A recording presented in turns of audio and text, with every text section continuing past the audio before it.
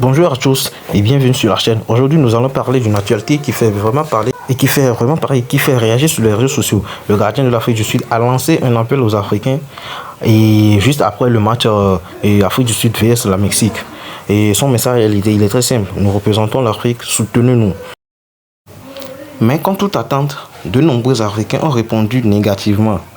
Alors pourquoi alors? Et pourquoi une partie du continent refuse-t-elle de soutenir l'Afrique du Sud alors qu'elle représente l'Afrique dans cette compétition mondiale? Mais pourquoi?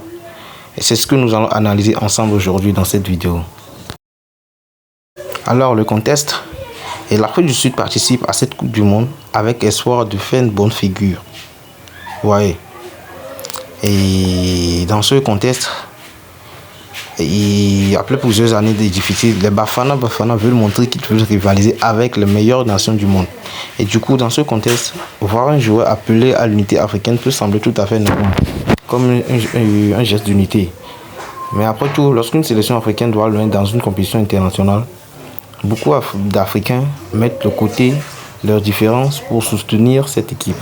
On l'a vu tous ici avec le Maroc lors de la Coupe du Monde 2022. Et même avec le Ghana en 2010. Même avec le Sénégal aussi. Mais cette fois-ci, la réaction est différente. Après la diffusion de cette vidéo, les commentaires se sont multipliés, tels qu'ils soient négatifs ou positifs. Certains internautes ont soutenu le gardien. Il explique que le football doit s'arrêter ensemble, pas pour diviser. Et selon eux, lorsqu'une équipe africaine joue contre une nation, un autre continent, l'Afrique doit rester unie, quoi. Ouais. Mais d'autres internautes ont immédiatement rappelé une réalité beaucoup plus sensible aux Sud-Africains. La question des violences xénophobes en Afrique du Sud. Et c'est là que le débat a véritablement explosé. Oui. Et depuis plusieurs semaines ou plusieurs années, les tensions existent toujours en Afrique du Sud entre certains groupes locaux et migrants venus d'autres pays africains, des Nigérians, des Congolais, des Zimbabwéens, des Mozambicains et d'autres communautés africaines. Des épisodes de violence ont marqué l'opinion publique. Des commerces ont été attaqués, des migrants ont parfois été agressés.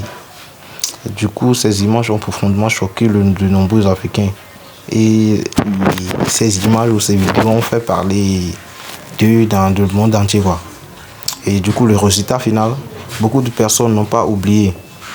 Et aujourd'hui, lorsque l'Afrique du Sud demande le soutien du continent, certains répondent. Quand nous avons été attaqués, où était cette solidarité africaine? Et c'est cette question qui revient le plus souvent dans les commentaires. Là, c'est ici que le débat devient beaucoup plus intéressant. Oui. Peut-on mélanger le football et problèmes sociaux? Genre pour certains, la réponse est non. Pour d'autres, c'est carrément oui. Parce que les joueurs ne sont pas responsables des actes de certains groupes. Le gardien lui lance, le gardien qui lance cet appel ne décide pas de la politique du pays. Non. Lui simplement, il appelle à de l'unité nationale ou à de l'unité continentale. Et les supporters présents dans les stades ne sont pas forcément impliqués dans ces événements. Oui. Selon cette vision, le football doit rester un espace de rassemblement, pas un espace de division, mais un lieu où il devrait y avoir de l'union, quoi. Et du coup, un espace où les peuples peuvent se retrouver malgré leurs désaccords. Mais d'autres Africains pensant différemment, selon eux, le soutien se mérite.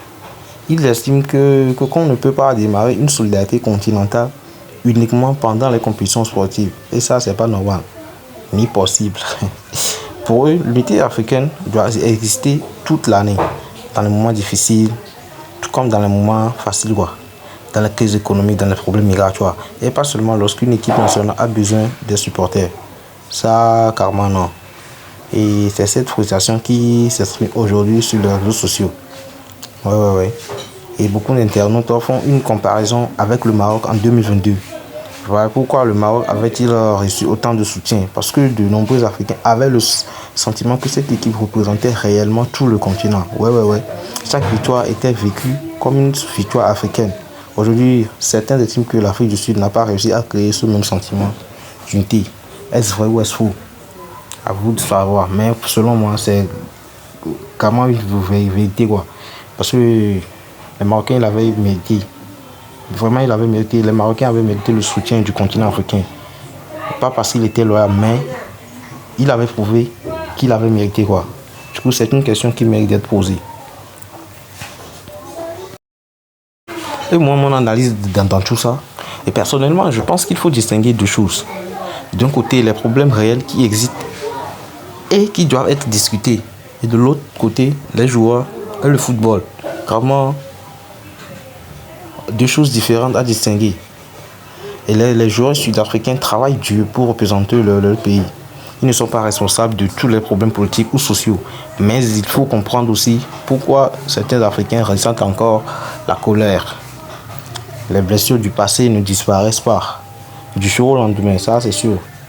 C'est vrai, les blessures peuvent disparaître, mais pas totalement d'un coup quoi. Et du coup, la confiance se construit avec le temps. Ouais, pas avec l'heure ou la minute ou les minutes quoi. Et lorsqu'elle est brisée, il faut du temps pour la reconstruire. Ouais. Ok, et alors, on va conclure sur ce, mes amis.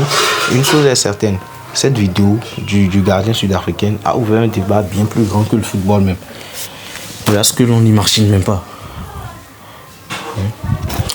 Et cette vidéo ou cette interview du gardien sud-africain qui circule pose énormément une question fondamentale. L'Afrique est-elle réellement unie lorsqu'il s'agit de sport ou lorsqu'il s'agit des moments économiques ou des moments difficiles?